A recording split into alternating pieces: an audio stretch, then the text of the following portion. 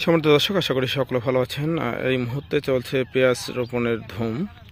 এর আগের ভিডিওতে আপনারা দেখেছিলেন যে আমরা আগাম পেঁয়াজ, যেটি মুড়ি কাটা পেঁয়াজ, সেই পেঁয়াজের ভিডিও দেখেছিলাম। আর আজকে হচ্ছে ডিসেম্বরের 24 তারিখ। তো আজকে এই পরিস্থিতিটা আপনাদেরকে দেখাচ্ছি। আমি বর্তমানে সুজানগর পৌরসভার পাশে যে গাজনার বিল এরিয়া, সেই গাজনার বিল যে মাঠের অংশটা, সেই অংশটা আপনাদেরকে দেখাচ্ছি। এখানে একটা জমিতে দেখছেন যে 20-25 জন একসাথে পেঁয়াজের চারা রোপণ করছে। এবং আমার পিছনে যদি দেখেন, সেখানেও 20-25 জন, আবার এখানে দেখেন 10-15 জন, এই দিকে দেখেন। মানে এখানে যতগুলো গৃহস্থ আছে সবার বাড়িতে এখন দেখবেন যে প্রায় প্রতিটা মানে গৃহস্থের বাড়িতে এরকম 20-25 জন, 30 জন, মানে যত দূর চোখ যায় একবার পিছনের যদি অংশ দেখেন, প্রায় হাফ কিলো 1 কিলো দূরে পর্যন্ত দেখা যাচ্ছে পুরো মাঠের অংশ জুড়ে।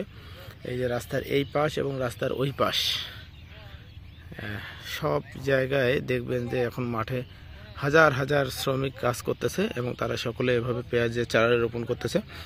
তো মাস 2-2.5 আগে আমরা আগাম পেঁয়াজের ভিডিও আপনাদেরকে দেখিয়েছিলাম। সেই পেঁয়াজ ইতিমধ্যে হাটে চলে এসেছে। তো সেই পেঁয়াজের কিন্তু বাজার মূল্য অনেক কম। গত কয়েকদিন ধরে পেঁয়াজ দেখতেছি যে 1200-1300 টাকা মন, তার মানে 30-32 টাকা কেজি ধরে বিক্রি হচ্ছে।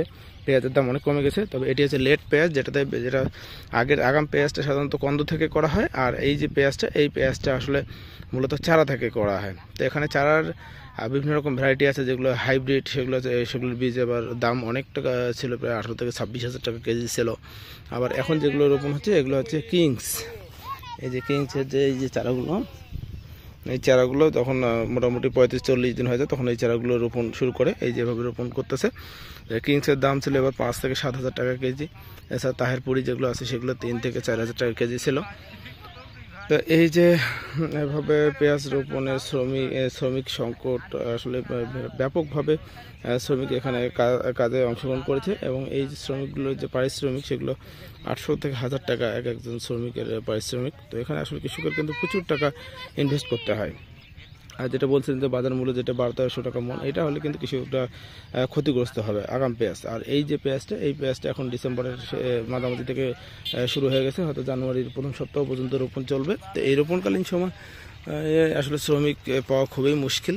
তো এবং শ্রমিকের দামও অনেক বেশি এবং এখানে কৃষকের অনেক ইনভেস্ট করতে হয়। এবং এখানে দেখছেন যে তারা যেভাবে কাজটা করে, সেটা হচ্ছে যে জমি চাষ দিচ্ছে। এই যে লাঙল, পাওয়ার আছে, পাওয়ার টিলার দিয়ে জমি চাষ দিচ্ছে। সাথে সাথে জমিটাকে লেবেল করে নিচ্ছে। তারপর লেবেল করার পরে এভাবে টেনে দিচ্ছে, মানে এই যে রশি, যে দিক দিয়ে আর কি চারাটা রোপণ করবে সেরকম সোজা করে নিচ্ছে। তারপরে এই যে এখানে সবাই চারা রোপণ করতেছে। সবার বাড়ি কি সুজানগরে? এখানে তো হাজার হাজার মানুষ কাজ করতেছে। সবার বাড়ি কি সুজানগরে না বাইরে থেকে আসে? বিভিন্ন জেলার লোকজন এখানে আসে না পেঁয়াজ রোপণ এই সময়টাতে?